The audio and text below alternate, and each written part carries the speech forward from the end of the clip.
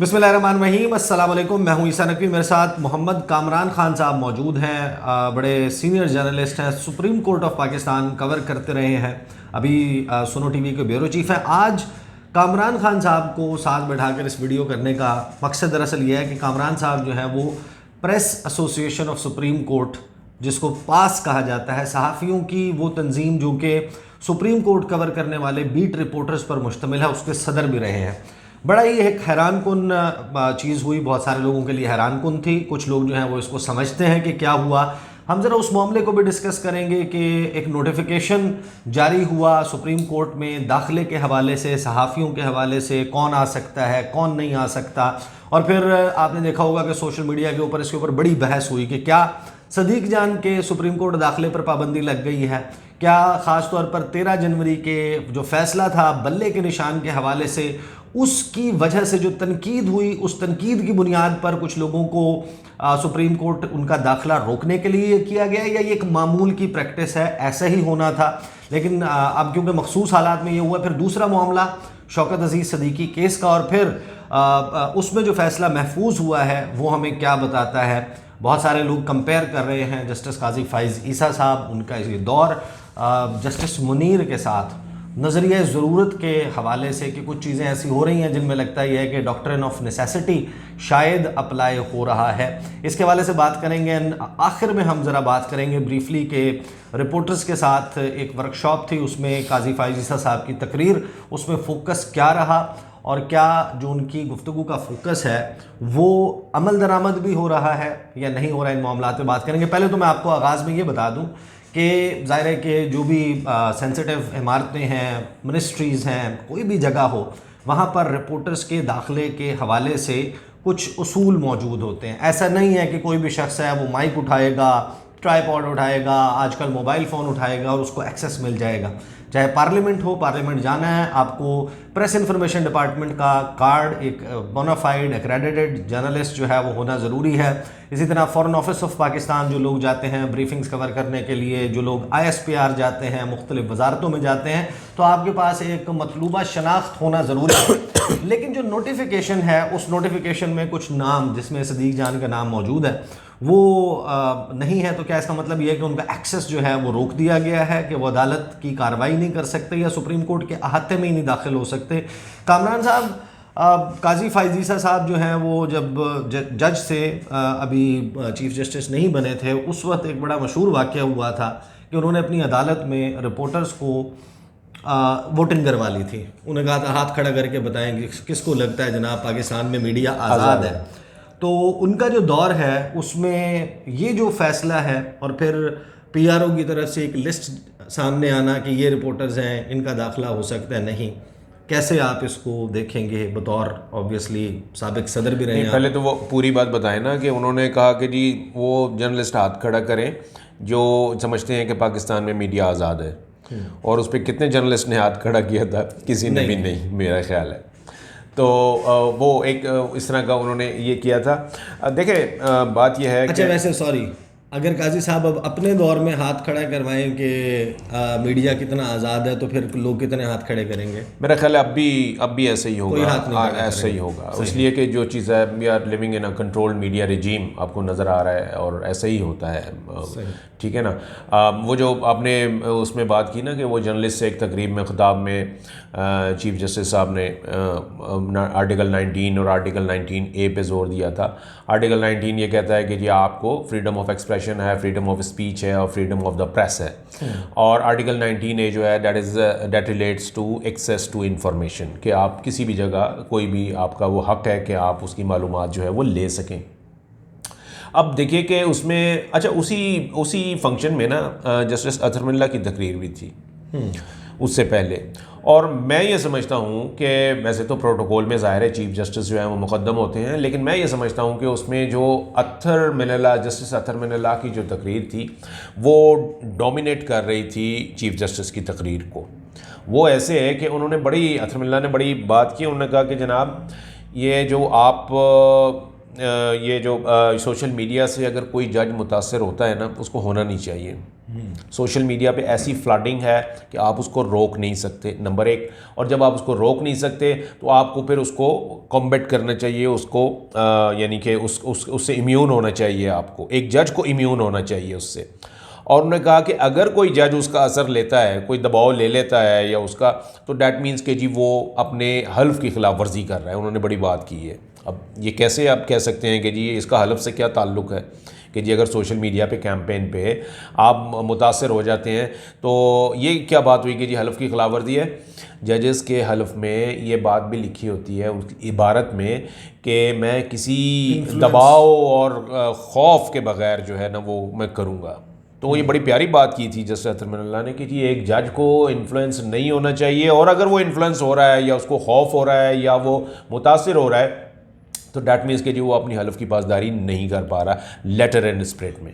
तो ये एक चीज़ जो है राइट टू इंफॉर्मेशन एक्ट के हवाले से बड़ा जोर दिया, एक्सेस टू इंफॉर्मेशन के ऊपर बड़ा जोर दिया। अब सुप्रीम कोर्ट ऑफ पाकिस्तान को कुछ खतूत लिखे जस्टिस मज़ाहिर अली अकबर नकवी ने, और उन्होंने इसी कानून के तहत, इसी हक के तहत ये इन्फॉर्मेशन मांगी कि जब मेरी एलिवेशन हो रही थी सुप्रीम कोर्ट ऑफ पाकिस्तान, तो एक इख्तलाफी नोट या डिसेंटिंग नोट या जो राय थी काजी साहब की वो क्या थी उसकी कॉपी फराहम की जाए। वो भी तो नहीं हुई।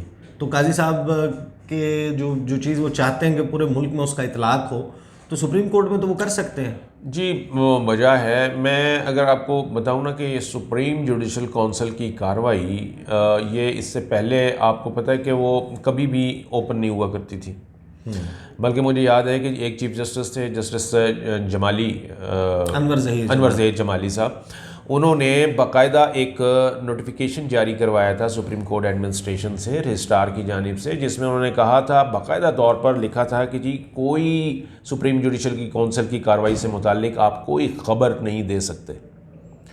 इसलिए, और वो ख़बर देंगे जो अब हमारा एलामिया जो है वो जारी होगा, या जो जैसे हम चाहेंगे कि जी आप ये वाली खबर दें, यानी मुकम्मल पाबंदी थी। उन्होंने कहा ये चूँकि इन कैमरा प्रोसीडिंग होती हैं इसलिए इसको आपने नहीं करना। तो एक वो वक्त था। अब ये इसको देखिए, इसमें ओपन भी हुआ, और बल्कि अभी जो ये बात में मतलब है कि ये क्रेडिट कहें या डिसक्रेडिट कहें कि जस्टिस मज़ाहिर अली अकबर नकवी ने ही ये दरख्वास्त की कि जी मेरे ख़िलाफ़ जो प्रोसीडिंग है इसको ओपन किया जाए। इससे पहले एक बार शौकत अजीज़ साहब की भी एप्लीकेशन इसी बारे थी। उन्होंने कहा जी ये बंद कमरे में ना करें फैसले, ओपन आए ताकि पता लगे किसके साथ इंसाफ हो रहा है, किसके साथ नहीं हो रहा। तो वो ये जो अभी ओपन हुई कार्रवाई जस्टिस मज़ाहिर अकबर नकवी से मुताल्लिक केस में, ये उन्हीं की फरमाइश पर हुई थी। तो वो अच्छा, और फिर बात आ गई एक्सेस टू इन्फॉर्मेशन वाली। तो उसमें अगर मज़ाहिर अकबर नकवी मांग रहे हैं कि जी वो हमें दिया, तो जाहिर है वो उनका राइट है जी वो हो। लेकिन मैं ये कह रहा हूँ कि ये मामलात ऐसे होते हैं सुप्रीम जुडिशल काउंसिल के, कि इसमें बाकी वो आपको कभी भी 100% एक्सेस या उस तरीके से नहीं होती। मसलन मैं रिकॉर्ड मांगूँ कि जी मुझे आप दीजिए उसका रिकॉर्ड सारा जस्टिस शौकत अजीज़ सिद्दीकी का, तो वो शायद मुझे नहीं मिलेगा, क्योंकि मैं वो शायद उसके लिए मैं वो जो जिसे कहते हैं ना कि मेरा लोकल स्टैंड आई नहीं है, या वो मैं एलिजिबल नहीं हूँ, या ये बात हो सकती है। तो ये वाले मामला जो हैं सुप्रीम जुडिशल काउंसिल से रिलेटेड, ये ज़रा थोड़े से हसास नौयत के होते हैं इसमें। अब वो जो सुप्रीम कोर्ट में दाखिले पे के हवाले से फिर वो नाम आए सामने कि असद अली तूर साहब जो हैं वो भी होंगे, राशिद हबीब भी हैं, इमरान वसीम, सारे हमारे दोस्त हैं, फैसल कमाल पाशा हैं, सबीउल हसनैन हैं, उसके अलावा किसी का नाम मौजूद नहीं है। इसकी अंडरस्टैंडिंग क्या है? इसका मतलब ये है कि बाकी कोई भी शख्स उसको अहाते में दाखिले की इजाज़त नहीं होगी, या सुप्रीम कोर्ट प्रोसीडिंग कमरा अदालत में आकर नहीं ऑब्ज़र्व कर सकता, देख सकता, रिपोर्ट कर सकता? क्या एग्जैक्टली इसका मतलब है? देखिए, पहले तो आपने अभी जब इंट्रो में बात की ना, आपने कहा कि जी किसी भी जगह, किसी भी इदारे में जब आप जाते हैं तो वहाँ पर एंट्री के और वहाँ पर इन और आउट होने के आपको एक्सेस वहाँ पर मिलने के कुछ रूल्स होते हैं, ज़वाबित होते हैं, और उसके मुताबिक चलना पड़ता है। आपका जो PID एक्रेडिटेशन करती है वो बताती है कि जी आप उनकी किताबों में आप जर्नलिस्ट हैं, या आपका अपना ऑफिस का कार्ड होता है जो आपको वो एक्नॉलेज करते हैं। सॉरी, कतई नज़र इसके आप ये देखिए कि ये जो है सुप्रीम कोर्ट ने जो अभी जारी किया ना, मतलब अभी भी आप ये देखें ना कि यूट्यूब जो हम किसी को अगर आप इस वक्त यूट्यूब या ये जो डिजिटल मीडिया के हमारे जो यूज़र्स हैं और प्रैक्टिशनर्स हैं, इनके लिए तो अभी प्लेटफॉर्म ही कोई नहीं है, इनके लिए कोई रेगुलेटरी अथॉरिटी भी नहीं है, इनकी कोई एक्रेडिटेशन भी नहीं होती कहीं पर भी, ठीक है। तो मुझे नहीं पता कि वो जो लिस्ट है जो इस वक्त मंजर आम पर है उसमें वो डिजिटल मीडिया के नाम पर जिन लोगों को डाल दिया गया तो वो किस क्राइटेरिया के तहत डाला गया, कि वो कौन सा क्राइटेरिया मीट करते थे जिसको के फुलफ़िल करते थे तो उनका नाम वहाँ पर आया। वहाँ पर आपका नाम, आप तो चलो एक उसके इदारे से एंकरिंग कर रहे हैं, लेकिन मैं सिर्फ उनकी बात कर रहा हूँ, मैं उन्हीं की बात कर रहा हूँ कि वो मतलब है उनका क्या, इसलिए कि बहुत सारे नाम आपने भी ले लिए, मतलब है कि वो आबिद अनलीब हो गए, ये सिद्दीक जान हो गए, हमारे इतने ये पुराने मतलब है वो करने वाले हैं। पुराने से मुराद ये कि रेगुलर बीट रिपोर्टर्स हैं, ये रेगुलर बीट रिपोर्टर्स हैं। तो इनको अब किस कैटेगरी में, अगर आप उस कैटेगरी में नहीं अगर वो निकाला तो क्यों, किस बात पे निकाला गया, देखें। तो वो इसलिए मैं समझ रहा हूँ कि वो उस लिस्ट में जो चंद नाम डाल दिए गए डिजिटल मीडिया की कैटेगरी में, वो जो है ना वो फेयर एनफ नहीं है। उसमें नज़र आ रहा है कि जनाब जी यहाँ पर बस उन्होंने या तो रैंडमली कुछ लिया और वो उसको डाल दिया गया और जो रह गया, या फिर बाय टारगेट और ऑन पर्पस जो है ना वो कुछ लोगों को उन्होंने करना होगा तो ये किया। सिद्दीक जान मतलब है कि वो हमारे आपका कुलीग है, उसका आप देख लीजिए ना कि वो एफ़र्ट्स तो हो रही थी कि जी इनको ज़रा थोड़ा सा जो है ना एक step should be kept at arms length, उसको रखा जाए, उनको दूर रखा जाए।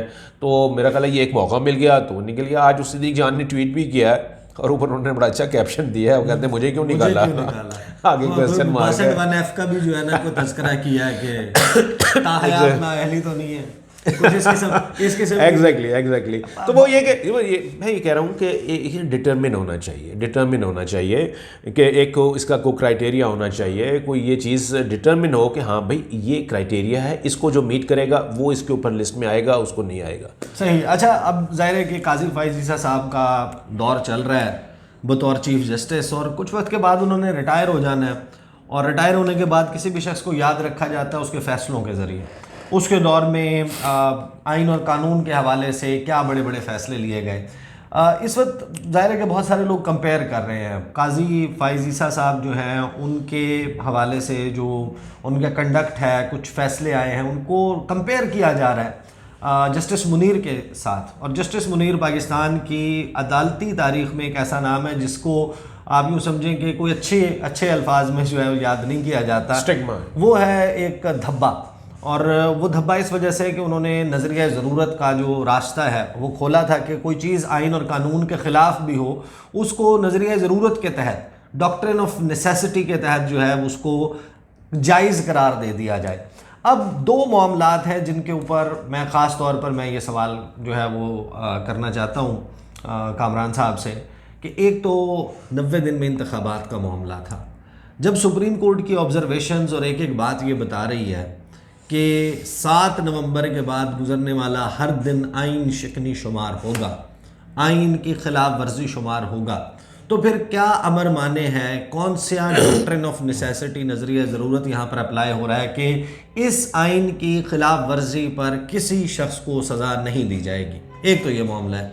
दूसरा, शौकत अजीज़ सिद्दीकी साहब के केस में लगता यह है, अभी फ़ैसला नहीं आया, I don't want to jump the gun, लेकिन लग यही रहा है कि मट्टी पाओ, आगे बढ़ो, कोई इन बिटवीन जो है वो मामला होने वाला है कि फैज़ हमीद साहब, कि फैज़ हमीद साहब जो हैं उनके साथ, उनके ख़िलाफ़ भी कुछ नहीं होगा, या शौकत अजीज़ सिद्दीकी साहब है उनके ख़िलाफ़ भी नहीं, सबको खुश कर देने वाला फ़ैसला। ये तो आइन और कानून के साथ मजाक है। नज़रिया ज़रूरत जो है ना, ये हम इसको ताबीर अमूमन कर रहे होते हैं कि वो इसके तहत मार्शल्ला ही लगाया जाता है, लेकिन ये सिर्फ मार्शल्ला से मुतालिक फ़ैसलों में नहीं इसकी ज़रूरत पड़ती, ये बहुत से फ़ैसलों में ज़रूरत पड़ती है, और ये हमेशा से मौजूद रहा है।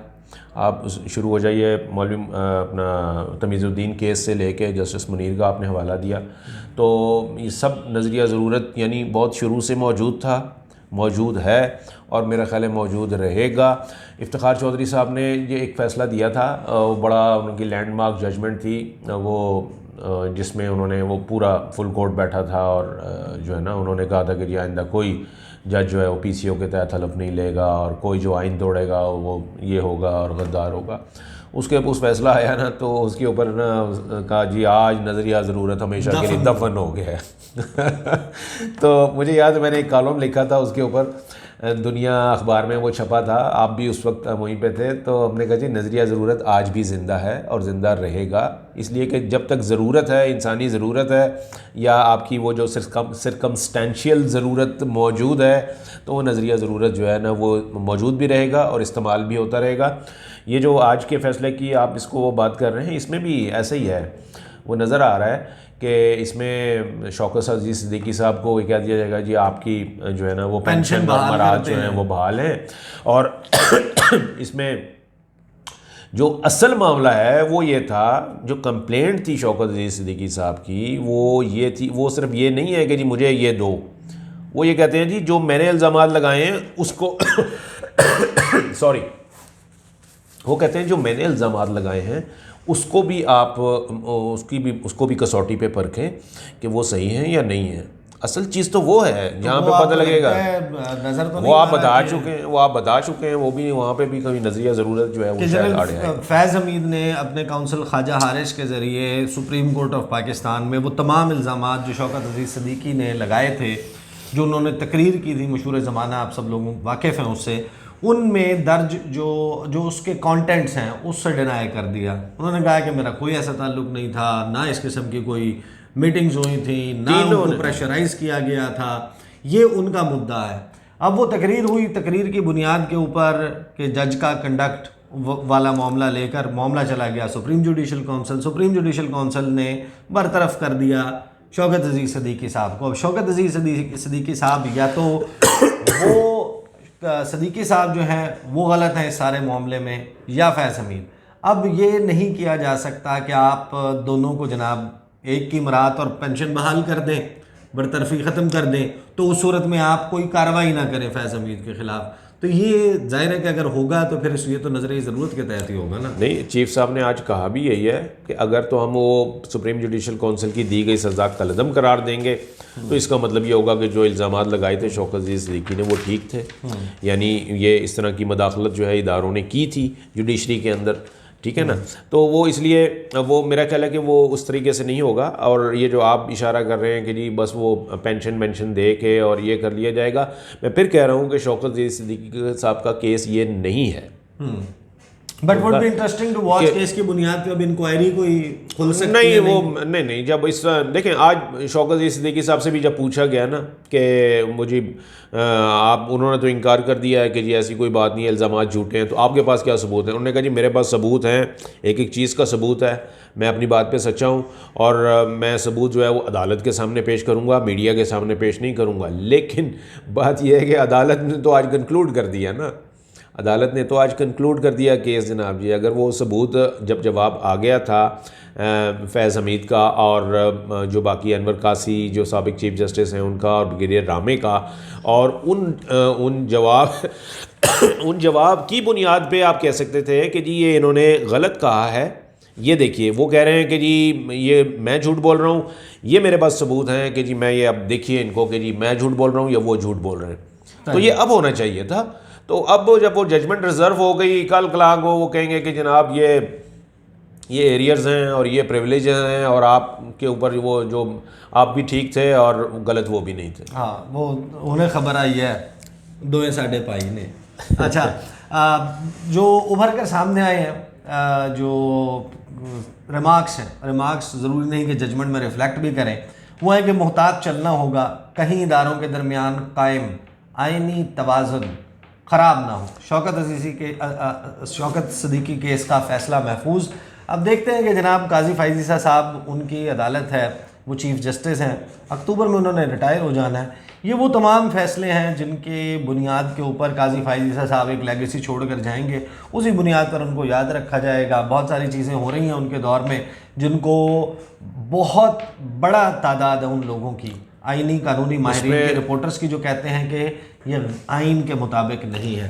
जो इसमें जो अभी जो JIT बनाई गई है, जॉइंट इन्वेस्टिगेशन टीम, आपकी और हमारी सर्वेलेंस के लिए, वो भी देखा जाए तो उसके ऊपर भी तनकीद जो है ना वो की जा रही है। और उसमें हालांकि हम ये कह चुके हैं, जबकि अभी हुकूमत की जानिब से भी इंफॉर्मेशन मिनिस्टर ने ये बात क्लियर कर दी थी कि जी तनकीद जो है वो हक़ है आपका, judgments are open to criticism होती हैं। जज साहिबान ख़ुद कहते हैं तनकीद करो। और मैं फिर जस्टिस अतर मिन्नल्ला की उस तकरीर का हवाला दूंगा जिसमें उन्होंने ये कहा था कि जी ये इस फ्लडिंग को आप नहीं रोक सकते, ये रहेगी, जजेस पर तनकीद भी होनी चाहिए और उसको वो होना चाहिए।